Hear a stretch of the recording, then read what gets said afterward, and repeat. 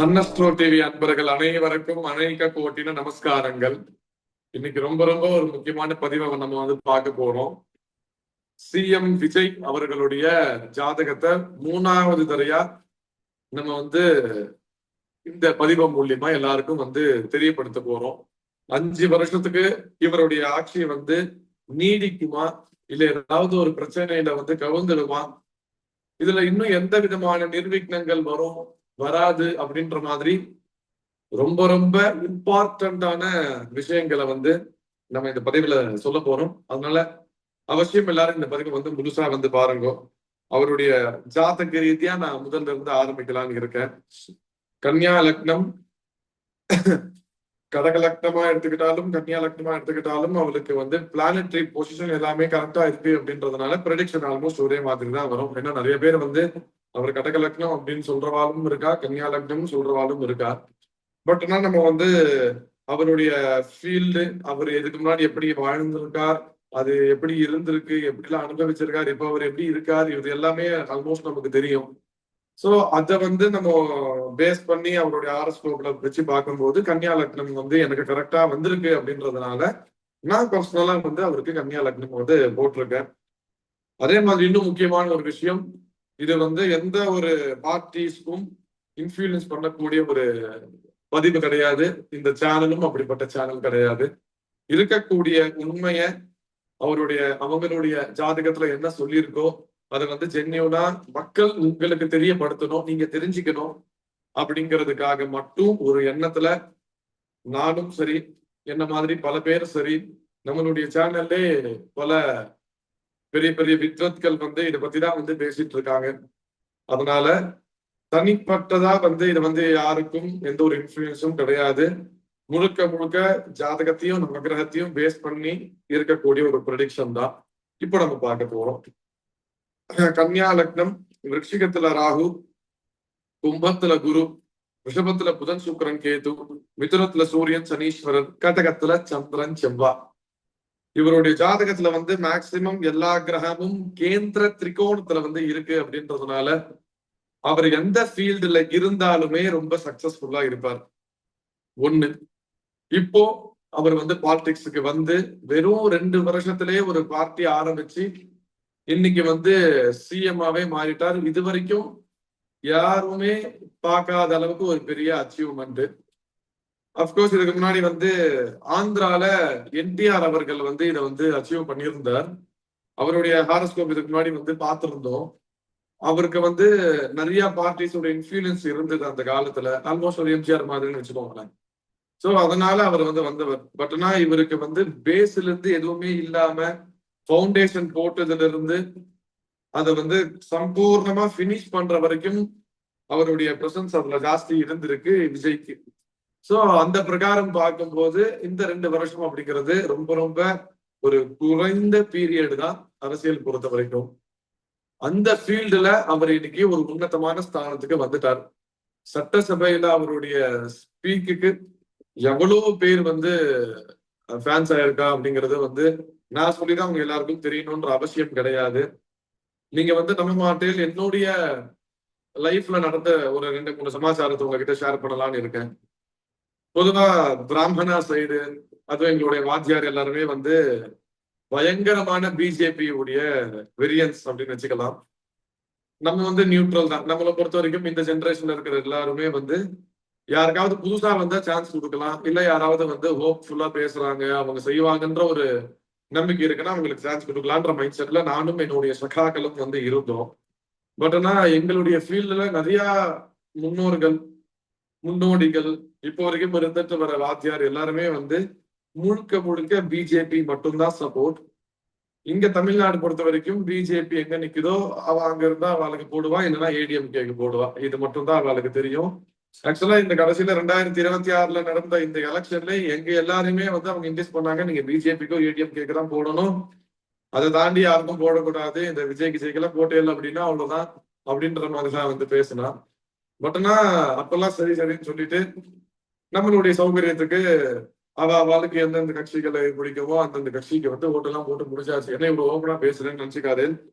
இது இருக்கிற ரியாலிட்டி எல்லாருக்கும் தெரியணும் அப்படின்றதுனால நான் சொல்றேன். இப்ப இதை ஆரம்பிச்சதுக்கு காரணம் என்னன்னா, யாரெல்லாம் வந்து நீ விஜய்க்கு போடக்கூடாது அப்படின்னு சொன்னாலோ அவ எல்லாருமே இப்ப வரக்கூடிய பை எலெக்ஷன்ல விஜய்க்கு தான் போடணும், நான் விஜய்க்கு தான் போட போறேன் அப்படின்ற மாதிரியே வந்து சொல்றா. அந்த மாதிரியான ஒரு பீரியட இந்த ஒரு 1.5 மாசத்துல வந்து இவங்க செஞ்சிருக்காங்க, காமிச்சிருக்காங்க. ரியாலிட்டியில அவங்க சட்டசபையில பேசுறதும் சரி, ரியாலிட்டியில நிறைய ஸ்கீம்ஸ் வரதும் சரி, அவங்களுடைய எஃபெக்டும் சரி. எனக்கு தெரிஞ்சு நாங்க நிறைய புரோகிதம் பண்றோம், கிரகப்பிரவேசம், கல்யாணம்ன்ற மாதிரி பண்றோம். கிரகப்பிரவேசத்துக்கெல்லாம் வந்து எப்படியும் ரெஜிஸ்ட்ரேஷன் ஆனதுக்கு அப்புறம் தான் நெக்ஸ்ட் ஸ்டெப்புக்கு எல்லாம் வந்து போவா இல்லையா, வீடு கட்டினவா ஓனர்ஸ் எல்லாருமே. நிறைய பேர் வந்து சொல்றா, சார் இதுக்கு முன்னாடி நானும் 4-5 வீடு வாங்கியிருக்காங்க, இல்ல புதுசா வீடு வாங்கியிருக்கோம். ரெஜிஸ்டர் ஆபீஸ்கிட்ட போனாலே நமக்கு வந்து ரூல்ஸ் பிரகாரம் என்ன செலவு பண்ணணுமோ அதை விட ஒரு 5 மடங்கோ 10 மடங்கோ நம்ம எக்ஸஸா கொடுத்தாதான் நமக்கு வேலை நடக்கும் அப்படின்ற ஒரு டைம் இருந்தது. இது எல்லாமே அப்போ சொல்லி சொல்லி அதனால நிறைய கிரகப்பிரவேசங்கள் தள்ளி போனது உண்டு. ரியாலிட்டியில எனக்கு தெரிஞ்சே நிறைய உண்டு. இப்போ வந்து டக்கு டக்குன்னு வேலை நடக்குது சார், எனக்கு வந்து ரெஜிஸ்ட்ரேஷன் ஆயிடுச்சு, எக்ஸ்ட்ரா காசு எல்லாம் வாங்குறது இல்ல, ஆர்டிஓல எக்ஸ்ட்ரா காசு வாங்குறது இல்ல, டக்குன்னு வண்டி ரெஜிஸ்ட்ரேஷன் ஆயிடுது, அதனால நான் சந்தோஷமா வண்டியை வாங்கிட்டேன், நிம்மதியா வீடு கட்டிட்டேன். இந்த மாதிரியான சமாச்சாரங்கள்லாம் வந்து ரியாலிட்டியில கேட்க முடியுது. சோ நான் திருப்பியும் சொல்றேன், இது இன்ஃபுளுன்ஸ் கிடையாது. எனக்கும் விஜய்க்கும் எந்த சம்பந்தமும் கிடையாது, அந்த கட்சிக்கும் எனக்கும் எந்த சம்பந்தமும் கிடையாது. சொல்ல போனா அவர் வந்து பக்கா கிறிஸ்டின்ற மாதிரி நம்ம எல்லாரும் ஒரு போஸ்டிங் வேற கொடுத்து வச்சிட்டோம் பாவம் அவருக்கு, அது ஜோசப் விஜய் அப்படின்னு. பட் ஆனா அவரை பொறுத்த வரைக்கும் இந்த ஜாதக பிரகாரம் பார்க்கும்போது ஏதோ ஒரு துறவியுடைய ஜாதகத்தை எடுத்து வச்ச மாதிரி தான் இருக்கு. பேர் வேணா அப்படி இருக்கலாம், பட் ஆனா அவர் பொதுவானவர். பொதுவா இந்த அரசியலுக்கு வரணும், இல்ல இப்போ வரைக்குமே மு.க.ஸ்டாலின்ல இருந்து, கருணாநிதியில இருந்து, ஜெயலலிதா, எம்ஜிஆர்ல இருந்து, விஜயகாந்த் சார்ல இந்த மாதிரி யார் யாரெல்லாம் அந்த அரசியல்ல இருக்காரோ அவ எல்லாமே எல்லா ஜனங்களுக்காகவே பொதுவான இருக்கக்கூடிய ஒரு தலைவர்கள் தான். அந்த மாதிரி நம்ம தனித்தனியா வந்து பிரிக்க வேணாம் அப்படின்னு நான் வந்து நினைக்கிறேன்.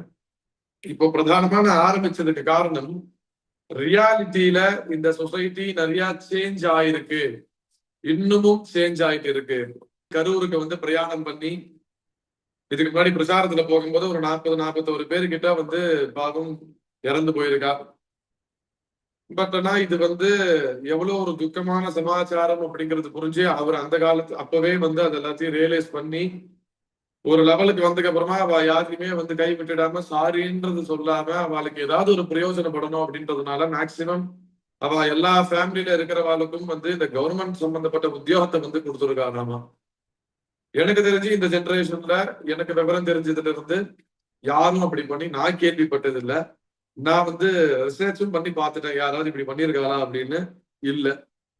சோ இந்த ரியாலிட்டியில இவ்வளவு மாற்றம் நிச்சயமா எந்த ஒரு பாலிடிக்ஸும் வந்து பண்ணது கிடையாது.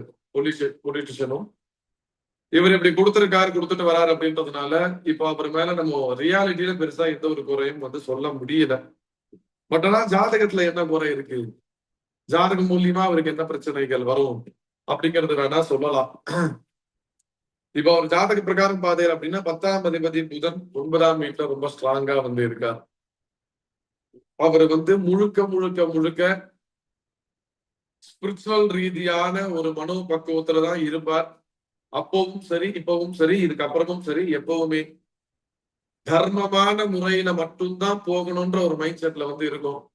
இப்போ நீங்க இதெல்லாம் நான் பேசுறத பார்த்து கேட்கலாம், எல்லாருமே வந்து புதுசா வந்தவாலாம் அப்படிதான் இருக்கும், அதுக்கப்புறமா போக போக வந்து பழகிடும். இதே அடுத்த வருஷம் இல்ல 2 வருஷத்துக்கு அப்புறமா வந்து யார் காசு வாங்காம திருப்பி ஆர்டிஓ ஆபீஸ்லயோ ரெஜிஸ்ட்ரேஷன் ஆபீஸ்லயோ வந்து வேலை பார்க்கறான்னு பார்க்கலாம். இந்த மாதிரியான கமெண்ட் எல்லாம் வந்து தைரியமா நீங்க போடுவேன், அதுவும் எனக்கு தெரியும். பட் அது வந்து ஃபியூச்சர் ரியாலிட்டி. அதுவும் நடக்குமான்னு கேட்டேன் அப்படின்னா இவர் இருக்கிற வரைக்கும் அதுக்கு இடம் கொடுக்க மாட்டார்.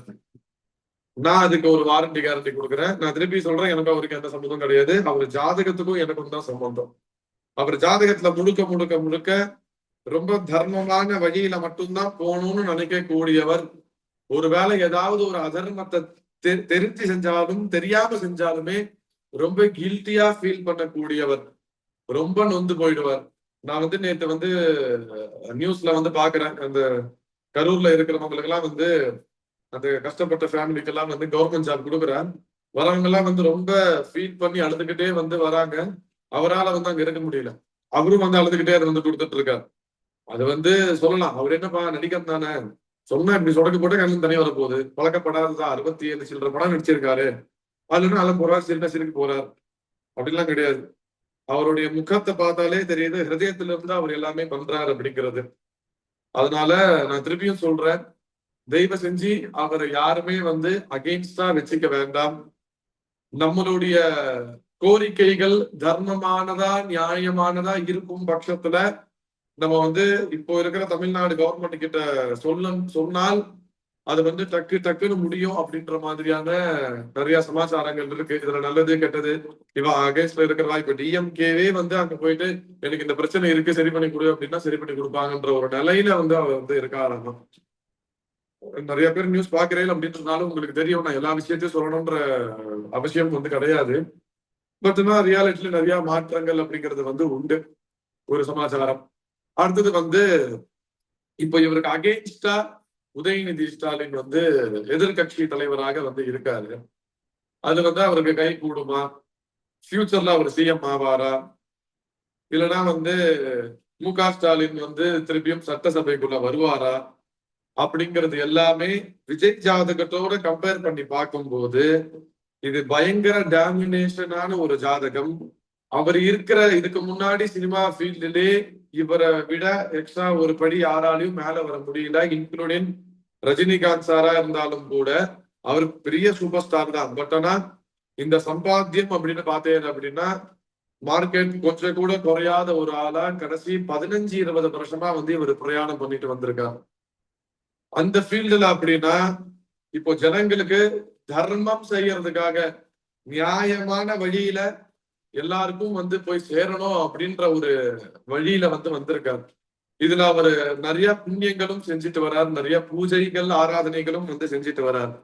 அப்படின்றதுனால அவருடைய அந்த டாமினேஷன், அந்த வைப்ரேஷன் இருக்கு இல்லையா, பாசிட்டிவான டாமினேஷன் வைப்ரேஷன், இது வந்து அவரு அறியாம அவருக்கு ஜாஸ்தி ஆக்டிவா ஆயிட்டே இருக்கும். சோ அவர் யாரெல்லாம் வந்து அடக்க நினைக்கிறாங்களோ அவ எல்லாருமே தான் வந்து அங்கிருந்து சட்டசபையில இருந்து வெளியே போவானே தவிர அவளால வந்து இவரால வந்து வெளியே போக முடியாது, யாரும் வெளியே இவரை அனுப்பவும் முடியாது. சரி, நான் அடுத்த டாபிக்கு வரேன்.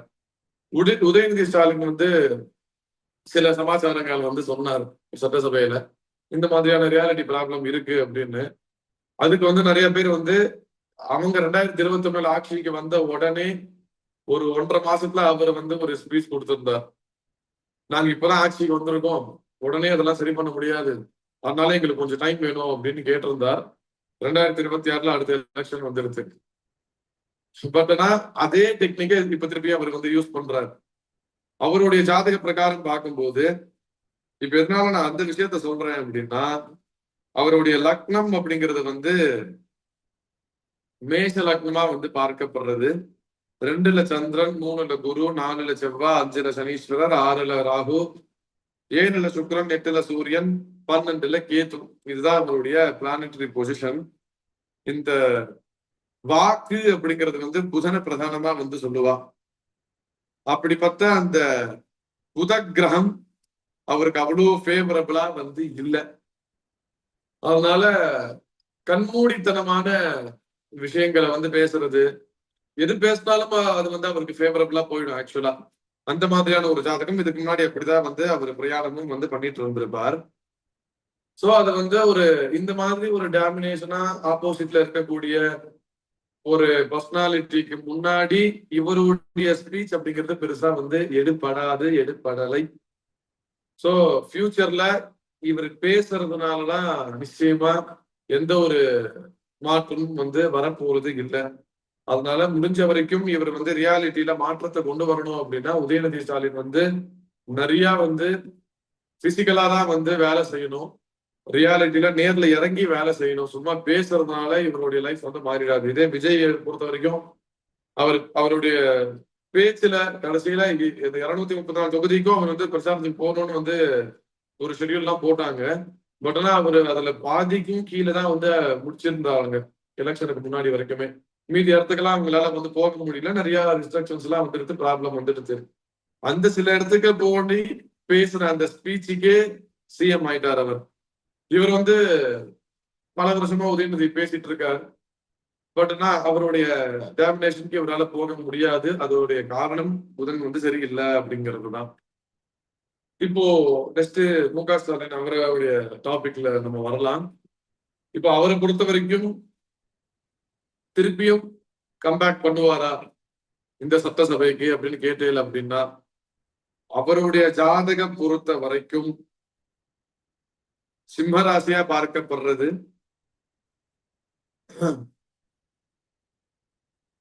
10ஆம் அதிபதி சுக்கிரன் வந்து 9ஆம் வீட்டுல அப்பா மூலியமாக, இதுக்கு முன்னாடி நம்ம ஸ்டாலின் சாருடைய இது கூட நம்ம பார்த்துருந்தோம்னு நினைக்கிறேன். சோ அவருடைய ஜாதகம் வந்து முழுக்க முழுக்க ஹெரிடிட்டியோடைய பிளெஸிங்ஸ் மூலியமா வந்ததுதான். சோ அவங்களுக்கு அவர் எவ்வளவுக்கு எவ்வளவு வந்து சமர்ப்பணம் பண்றாரோ, அதே மாதிரி நிறைய ஜனங்க வந்து கஷ்டப்படுற ஜனங்க இருப்பாங்க இல்லையா. ஆக்சுவலா பொதுவா நம்மளுடைய மைண்ட் செட் என்ன, பாலிடிக்ஸ் இந்த அரசியல் இருக்கிற எல்லாருமே வந்து பெரிய ஆளுக்கு கூட தான் சப்போர்ட் பண்ணுவா, அடிமட்டத்துல இருக்கிறவர்களுக்கு வந்து சப்போர்ட் பண்ண மாட்டான். இவருடைய ஜாதகத்தை பொறுத்த வரைக்கும் அடிமட்டத்துல இருக்கிறவங்களுக்கு இவருக்கு சப்போர்ட் பண்ண இவருக்கு வந்து ஒரு நல்ல இம்ப்ரூவ்மெண்ட் அப்படிங்கிறது வந்து இருக்கும். ஃபியூச்சர்ல இவர் சிஎம் ஆவாரா, திருப்பி சட்டசபைக்கு வருவாரா அப்படிங்கறதெல்லாம் வந்து ஒரு வருஷத்துக்கும் வரக்கூடிய அந்த பயிற்சிகளை பேஸ் பண்ணி சொல்றது உண்டு. அதனால நீங்க தொடர்ந்து நம்மளோட சேனலை வந்து ஃபாலோ பண்ணிக்கிட்டே இருக்கோம். ப்ரிடிக்ஷன் அப்படிங்கிறது ஒரு பயிற்சிக்கு தகுந்த மாதிரி மாறும். பட் ஆனா இப்போதைக்கு பை எலெக்ஷன் வந்தாலும், இப்போ மு.க. ஸ்டாலின் சார் எங்க நின்னாலுமே அவருக்கு அகெயின்ஸ்டா தான் முழுக்க முழுக்க இருக்கும். அதனால அவர் இன்னும் நிறைய ப்ரிப்பரேஷன் பண்ண வேண்டியது இருக்கு. பர்சனலா நான் வந்து அவருக்கு சொல்லணும் அப்படின்னா, என்னைய பொறுத்த வரைக்கும் அவர் இப்போதைக்கு எந்த எலெக்ஷன்லயுமே வந்து கலந்துக்காம இருக்கிறது பெட்டர். ஒருவேளை அவர் கலந்துகிட்டு இப்ப அவருக்கு நிஜமாலே டைம் நல்லா இல்ல ஜாதகத்துல, அவருக்கு கலந்துக்க பட்சத்துல ஏதாவது ஒரு நிர்பந்தத்துல அவரால் வந்து திருப்பி ஜெயிக்க முடியாது போயிடுது அப்படின்னால், இதை விட ஒரு பெரிய பிளஸ் வந்து டிவி கேக்கு இருக்காது, இதை விட பெரிய மைனஸ் வந்து டிஎம் கேக்கு இருக்காது. அந்த மாதிரி வந்து அமைஞ்சிடும். அதனால என்னைய பொறுத்த வரைக்கும் இப்ப சுத்தமா டைம் சரியில்லைன்றதுனால அவர் வந்து எங்கேயுமே போட்டியிடாம எல்லாரையும் கைடு பண்றதோட அவரு ஸ்டாப் பண்ணிக்கிறது ஒரு சௌகரியமான விஷயமா வந்து பார்க்கப்படுறது. சோ இதுதான் இன்னைக்கு முக்கியமான ஒரு சமாச்சாரம். விஜய் பத்தியும், உதயநிதி ஸ்டாலின் பத்தியும், மு.க. ஸ்டாலின் பத்தியும் பார்த்தாச்சு.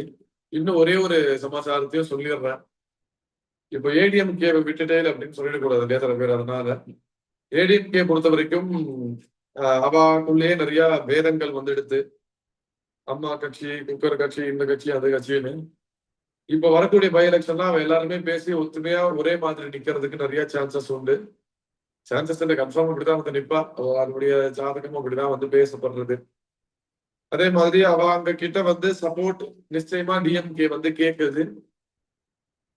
ஏன்னா இவங்களுக்கு சப்போர்ட் இப்ப சுத்தமா இல்லை அப்படின்றதுனால அவங்க 2 பேருடைய மெஜாரிட்டி வந்துடுது அப்படின்னா, நிச்சயமா இந்த பக்கம் டிவிகே ஆட்சியை வந்து கவுத்துடலான்ற பேச்சுவார்த்தை இப்போ நான் இந்த பேசிட்டு இருக்கிற இந்த க்ஷணம் வரைக்கும் அவங்க வந்து போயிட்டு தான் இருக்கும்.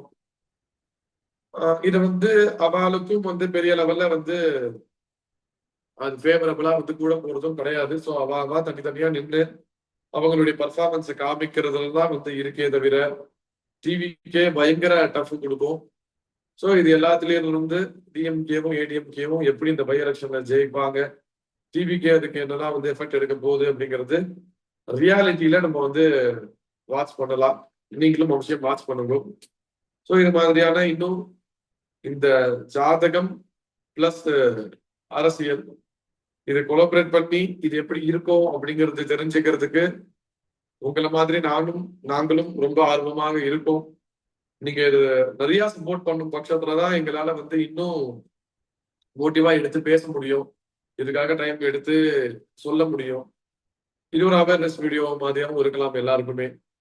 ஸோ இந்த மாதிரியான நிறைய நல்ல நல்ல பதிவுகள் இன்னும் நம்மளுடைய சன்னஸ்ட்ரோ டிவில வந்து வர இருக்கு. அதனால எல்லாருமே நம்மளுடைய சேனல் அவசியம் சப்ஸ்கிரைப் பண்ணி இப்போ இந்த பதிவை எல்லாருக்கும் ஷேர் பண்ணுங்க. உங்களுக்கு பிடிச்சிருக்கு அப்படின்னா கட்டாயம் லைக் பண்ணணும். பிடிக்கல அப்படின்னா என்ன பிடிக்கல அப்படிங்கறது நீங்க கட்டாயம் கமெண்ட் பண்ணுங்க. அதே மாதிரி உங்களுடைய சஜஷனும் நீங்க வந்து கமெண்ட்ல சொல்லுங்க. அவசியம் நாங்க எல்லாருமே அதுக்கு ரிப்ளை பண்றதுக்கு ரெடியா இருக்கோம். உங்களுக்கு வேற ஏதாவது சந்தேகங்கள் இருந்தாலும் கூட நீங்க அந்த கமெண்ட்ல கேளுங்க. அதுக்கும் நாங்க வந்து ஜாதக ரீதியா என்ன விஷயங்கள் இருக்கு அப்படிங்கறத நாங்க நல்லா ஆராய்ச்சி செஞ்சு உங்களுக்கு சொல்றதுக்கு நாங்க ரெடியா இருக்கோம்.